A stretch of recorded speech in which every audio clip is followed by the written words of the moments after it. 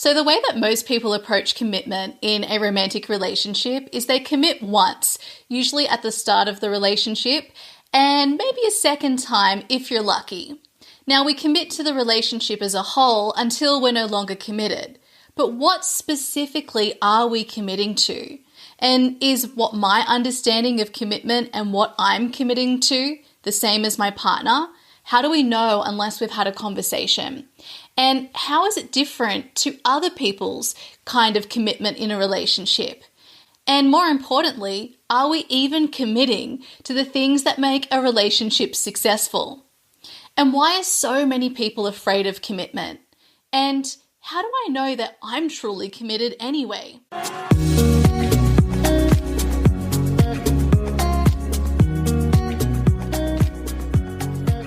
Welcome to Relate Higher, a podcast dedicated to providing the leading standard in conscious higher relating and to teaching you a conscious framework for all of your relationships.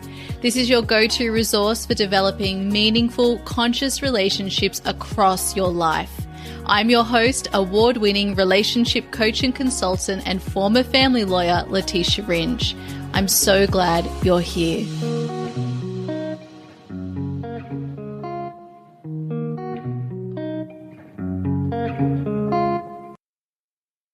Welcome to our next episode on the podcast, everyone. Today we're diving into the first C of a conscious romantic relationship. Now, a conscious romantic relationship is a relationship that supports your purpose and potential, that allows both you and your partner to have your relational needs and desires in a romantic capacity met, and also allows both of you the safety and security you need to thrive in a relationship.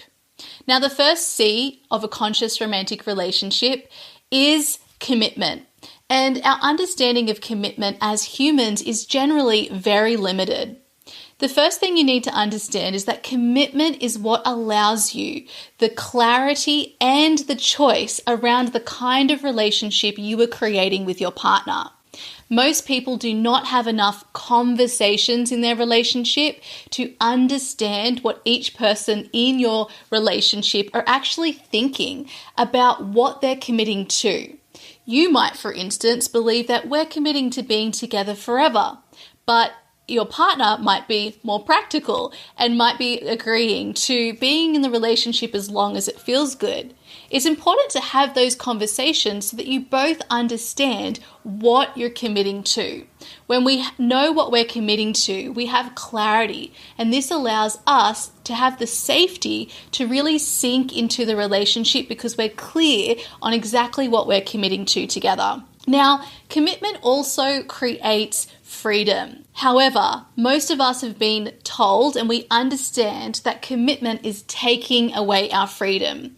Even one of the definitions of commitment, when you Google it, talks about a restriction to your ability to take actions as a result of a commitment. But commitment is actually what creates freedom. Because the truth is, you're committed to the state of your life and relationship exactly as it is right now. A lot of the commitments that we make are unconscious. But on an unconscious level, you're committed to things exactly as they are. And until you recognize your power is the ability to choose, you usually continue to move throughout your life and relationships just repeating the same old thing. And also having an imagination that is limited by your past or what you've seen other people around you create, most notably your parents and caretakers. In a romantic relationship, you have the freedom to create whatever kind of relationship you want. And over here at Relate Higher, we're interested in supporting our clients and community to create relationships that allow both you and your partner to thrive. This means we need to take our power back and step into conscious commitment so that we're making conscious choices in our relationship about what we're actually committing to as a couple. This requires you to do the self-reflection and awareness and consciousness increasing so that you can understand what it is you actually want within your romantic relationship. It then requires you and your partner to have conscious conversations about your commitments so that you can come up and collaborate on a shared list of commitments together. This is what I support my clients primarily do in my conscious relationship coaching program. It is amazing how even though so many people, including my clients, are very clear when we first start working together on what they want to create and what they're no longer willing to tolerate, when we get to the place where we are setting conscious commitments together, it is the session and the moment in the coaching series where almost every single person I work with has had huge resistance. So just imagine someone asked you, what do you want? And if you could have anything in your life and relationships right now, what would you choose? Most people get completely overwhelmed because we want to make the right decision. And because of this paradox of choice, which is that when there are so many choices, it actually becomes even harder to make decisions because we become so overwhelmed. We want to get it right. This is the way so many of us are approaching our life and our relationships. But actually what getting it right means when it comes to commitment is choosing something. You can only choose based on what you know about yourself right now. So what you want to do is choose what seems like the best choice for right now. Once you experience that choice because you've committed to it, you will learn information along the way. And then when you and your partner have conscious conversations and you do the work to check in and discover what you're really needing in this moment and how it's different to what you have agreed, you have the ability to shift and evolve your commitments throughout your relationship. But what's important is that you and your partner are on the same page. And that means you both have to do your own self-discovery to work out what you actually want. You need to be able to have conversations about it, and you need to know how to navigate healthily and peacefully through conflict and different opinions in order to collaborate and come up with choices for your relationship. Now, when we make choices, it allows us to move forward. When we make choices and we commit to the choices we're making, it also allows us to go deeper. Just think about a business. If your relationship was a business, but you and the other person in the relationship or the business haven't got any specificity around what this business is, what your mission is, what your impact will be, what you want to focus your attention on, how you're going to make sure it's a really great business for both of you, then as you move throughout your business journey, it's very easy to get lost. It also means it'll be very easy for both of you to be butting heads with what you're creating together because you have different intentions for the business that have never been discussed. It also means that if you're afraid of commitment and committing to the business, which most of us are on some level afraid of committing to making a decision about what we actually want, because that means we will step into our power and we're afraid of being powerful. In a business, you might be afraid of committing to your business because you're actually afraid of what is possible to achieve in that business. So it's easier to take your power away from yourself by saying, hey, I just want to be open to other options. I don't really know what I want to commit to. But until you actually commit to something very clear in your business, it is very difficult to move it forward. And you'll only be operating at a fraction of what's possible within your power. It's the same thing with your relationship as well as with your life. When you commit, you make a choice, which gives you the power to move forward and to move forward in a deeper way. It also gives you the power to move forward in a clear and specific way. So you're no longer overwhelmed and you take back that energy from the overwhelm, from the scattering, and you bring it back and infuse that into your very clear commitments, intentions, and goals. These are your choices. Now, it's no problem that you might be afraid of commitment like most people are. The way to tell whether you're afraid of commitment is to ask yourself regularly, am I truly committed to what my partner and I have said that we're committed to? Is there any part in me that is afraid to really embody this commitment together? Is there any part of me that is worried that my partner is not really committed to this specific commitment we have together? When we're afraid that someone else is not committed, it's usually reflecting a lack of commitment coming from within ourselves.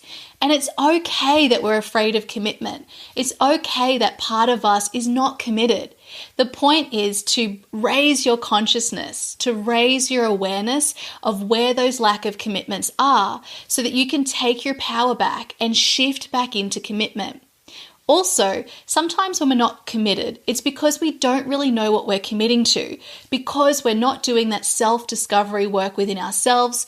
Or maybe we are, but we feel ashamed or guilty for what we're asking for. And so we don't want to bring this to our partner because we're already filtering our commitments ourselves and judging them as being not good enough. Or maybe you're just not willing to have those conversations with your partner. And maybe that's because you don't know how to navigate differences between you and your partner. The beautiful thing I always love to remind my clients and everybody listening to this podcast is that diversity in opinion, the differences between your needs, dreams, and desires are actually an advantage and an expansion for you and your partner. When you lean into the differences and you look at how we can make this possible and work for both of us, you actually are presented with another option that you would never have considered had it not been for your partner's different opinion. This is how we actually access new adventures, new layers to ourselves and our relationship, as well as to our relationship capacity. And this is how we then get to know a deeper layer to ourselves, to our life, and our relationship. And it was all because of the diversity and the difference in opinion in the first place. In a conscious romantic relationship, which is how we create great, thriving romantic relationships that get better, deeper, and higher over time, I recommend you approach commitment in this way. First things first, you want to get really clear on what you and your partner are committing to. You can create your flavor, your unique flavor for a relationship, one that fits you and your partner like a glove every step of the way through your life and relationship together. This means throughout your relationship, you'll be checking in on these commitments to find out how they're shifting and evolving.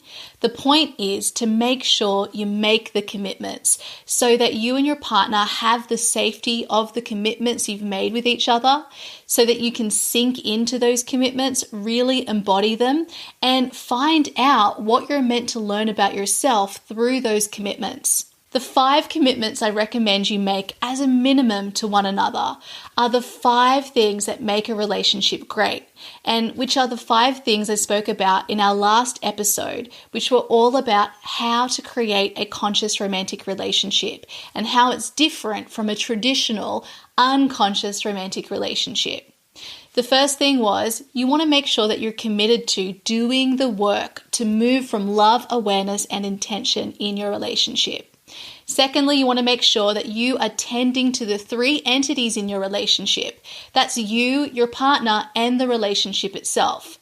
That means we're concerned with your partner's needs, dreams, and goals and what they need to thrive, as well as you, as well as what the relationship itself as its own separate entity needs. Thirdly, it means that you're committing, you and your partner, to tending to the 3 systems within yourselves. Both you and your partner, because you're humans, you have a mind, you have a body, and you have a soul or an intuition.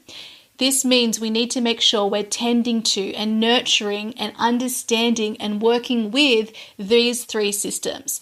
Otherwise, from a commitment perspective, you mentally might be committed to a specific path, but on a body level, you're not committed. In fact, it's afraid, and it doesn't need to make any logical sense, but you need to know how to work with the body to get it up to speed with the mental commitment you're making. In other cases, your intuition or soul might be driving you somewhere else that is in conflict with the mental commitment you want to make, or perhaps the commitment your body is driving you toward.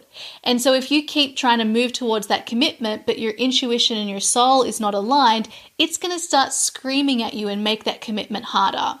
So we want to make sure we're always working with and tending to and communicating with these three systems within ourselves so that we, one, can make commitments that are truly aligned, and secondly, get our mind and body on board, most importantly, when we know that there's a commitment we need to make, but the mind and body is afraid. Fourthly, we want to make sure we're both committed to the relationship supporting both your partner and your purpose and potential, as well as your romantic relationship needs and desires.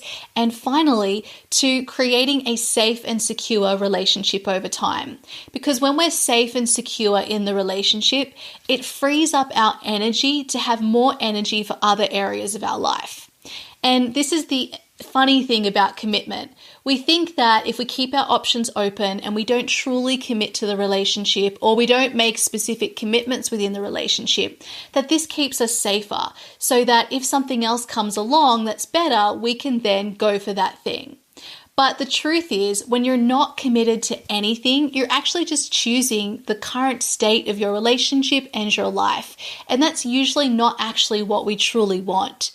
So when you commit to something, it doesn't mean your commitments can't change. It means that you free up your energy to go down that particular path, follow that route until you have the information needed or the clarity to change and go along a different path of commitment together. Fifth and finally, you and your partner want to commit to using your relationship to understand more about yourselves so that you can reach new and exciting heights within your lives as individuals, as well as in your relationship together. These are the 5 commitments I recommend that all couples make within their relationship, because this is truly what sets you up for success so that you and your partner can meet your purpose and potential over time, as well as have a relationship that grows and evolves with you. No more fearing growing apart. You actually incorporate growth into your relationship, and you set yourself up with a method to meet you and your partner as you continue to grow and evolve over time. This provides so much safety and security between you two so that you both feel so safe and secure within your relationship, knowing that it will meet both of you over time and knowing that you're free to grow and evolve. That will never come at the cost of your relationship, and your relationship will not come at the cost of your individual growth and development. Nextly, I want you to ask your mind what it thinks about commitment, so that you can really understand the stories it is focusing on when it comes to commitment generally, and also commitment within your romantic relationship. Now, when it comes to your mind, remember that you can choose any stories, thoughts, and beliefs that you want to. So we want to choose the thoughts, stories, and beliefs that serve us. So if you have a lot of scary, fear-based stories about commitment, it's likely that you feel afraid of commitment. But because we know that commitment is actually what allows you to choose, commitment is what creates freedom, commitment is what puts you in your power, commitment is what you're doing anyway, whether you're aware of it or not, we want to make sure you are aligned with committing to the things you actually want. So you want to get clear on where your mind is not aligned with commitment, and then you want to clean it up. So you want to ask yourself, what stories do I want to believe about commitment instead? I've mentioned a lot of great thoughts in this episode. You might want to rewind and then go back and write down some of the amazing sentences I've told you about commitment, because that's going to help you step into your power. It's going to help you make choices, and it's going to help you and your partner have a clear commitment in your relationship that allows you both to collaborate and really experience a depth in your relationship that will blow your mind. Next, you want to work with your body. And you want to understand whether your body is put into a place of stress or fear when you think about commitment, or even when you think about your relationship. If your body is feeling stressed, it's going to close off in some way. You're going to notice tightness, tension, heaviness, contraction in the body. That's your body telling you something. And so you want to become aware of your body's language and what it's communicating with you. And then you want to work with the body to relax and open it on the subject of commitment. This is something I support my clients do in my conscious relationship coaching program. It's really important to use physical, somatic, and nervous system practices that will work with your body in a physical way in order to do this. And you also want to communicate with your intuition, your soul, and you want to ask whether it's happy with the way things are in your relationship right now. And if it's not, how does it want it to be different? If you ignore your intuition, it usually just screams louder. And over time, it can lead us to do sudden and irrational things that sometimes we later regret. Because what we really needed to do was simply communicate with our intuition, find out what it wanted us to know, and then we want to have conversations with our partner about what it's communicating. The trouble with our intuition is that often we simply just don't ask enough questions, or we don't ask any questions of our intuition at all. A question I love my clients to ask their intuition is, in the context of our relationship, how can I have this particular desire met? So many people think that their dreams and desires are resulting in them needing to leave the relationship to pursue them. But we just haven't asked the right question. How can I honor this relationship while also honoring this specific desire?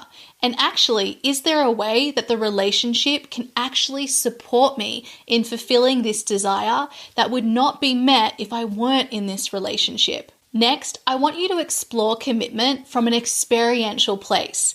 I want you to examine the areas in your life where you have been committed, the times in your life where you've been committed. How does commitment feel in your body? What sort of thoughts and stories are you telling yourself? And were those commitments aligned with places your intuition and your soul were sending you to? And how do you show up when you're committed versus when you're not truly committed to something or you just don't know? What are the results of commitment and what are the results when you don't commit? Finally, there's one more thing I want you to know about commitment. Commitment is part of your masculine energy. And I think that this is really important for people to realize, because typically the way that we talk about commitment, especially when we connect it with gender, is that men just don't commit, or we normalize fear of commitment with an entire gender. And that's just simply not the case for starters. And secondly, if you want to embody more of your healthy masculine energy, regardless of what your gender is, and also especially if you identify as a man, then you want to step into commitment. Because commitment is part of your masculine energy, and commitment is what makes you feel powerful. It's what allows you freedom, even though it appears that you're losing freedom through commitment. Commitment is choosing. Otherwise, unconsciously, your fears and your protective patterns and your familiar past are what is choosing for you. So if you want your power back, you want to be a powerful creator, you want to step into your power as a human, you want to design your life exactly as you want it because you are able to make that choice, then you want to have a great relationship with commitment itself. And I want to see you committing all over your life because that is you in your power. When you see someone who is clear on what they're committed to, that's a person you can trust. And that will be the same for your partner. When you are clear, both of you, that you're committed to this relationship and you're clear on what you're committed to within the relationship, that creates safety for both of you to go deeper into the commitment. It allows you a depth that most people never experience in a relationship. And there's one more thing I want you to know here. Part of the reason we can be afraid of commitment is, like I said, because we're afraid of actually getting what we want. And so what it does is it leaves us in the area of superficial. We're kind of good at our relationship, it's okay. We're kind of good at our work, it's okay. We're kind of fulfilled by our life, it's okay. What you want is to go deeper. And depth is all about your masculine energy. And the way to get there is through commitment. So I want to leave you all with one sentence to take away into your romantic relationship or to have in your back pocket for your next romantic relationship. Commitment creates the life and relationship I desire. And to wrap up, I want you to ask yourself these 3 questions. How do I show up when I'm committed versus when I'm not committed in my romantic relationship? In what ways am I committed to the 5 things that create a conscious romantic relationship that I mentioned at the top of this episode? Rewind back if you need to. And in what ways am I not? Finally, what energy and space would free up in my life and relationship if I fully committed to these 5 things? And then what would full commitment to those 5 things actually look like? All right, my friends, in our next episode, we'll be talking about the second C of a conscious romantic relationship, and that is all about communication. Remember, I mentioned that in order to have great commitments, you need to have more conversations. Well, this is all about communication. Make sure you hit subscribe so that you know when that episode is published. And finally, if you want individual support as you build your conscious romantic relationship, regardless of what phase in the romantic relationship you're in right now, you might be dating, you might be starting a new relationship, you might be nurturing and improving an existing relationship, you might be deciding whether to leave a relationship, or you might be completing a relationship and healing from a relationship completion.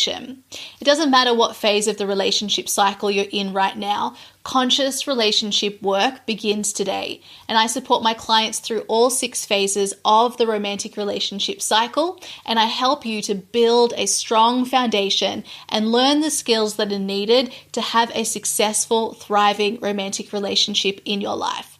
You can find out more at relatehigher.com/CRCP. All right, my friends, I'll see you in our next episode.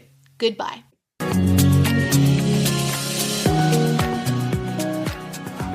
Thank you for listening to Relate Higher, your go-to resource for learning how to consciously approach all of your relationships. To deepen your learning and practice, make sure you're subscribed to receive the Relate Higher community newsletter. This is a weekly newsletter sent to you every Monday, providing further coaching and education to support your relationships. Subscribe at relatehigher.com/community. And if you haven't yet left a 5-star review for the podcast, we ask that you please do that now so that this podcast can reach other listeners who also want to learn and practice conscious higher relating. Because remember, the more people who learn, the better relationships we all enjoy.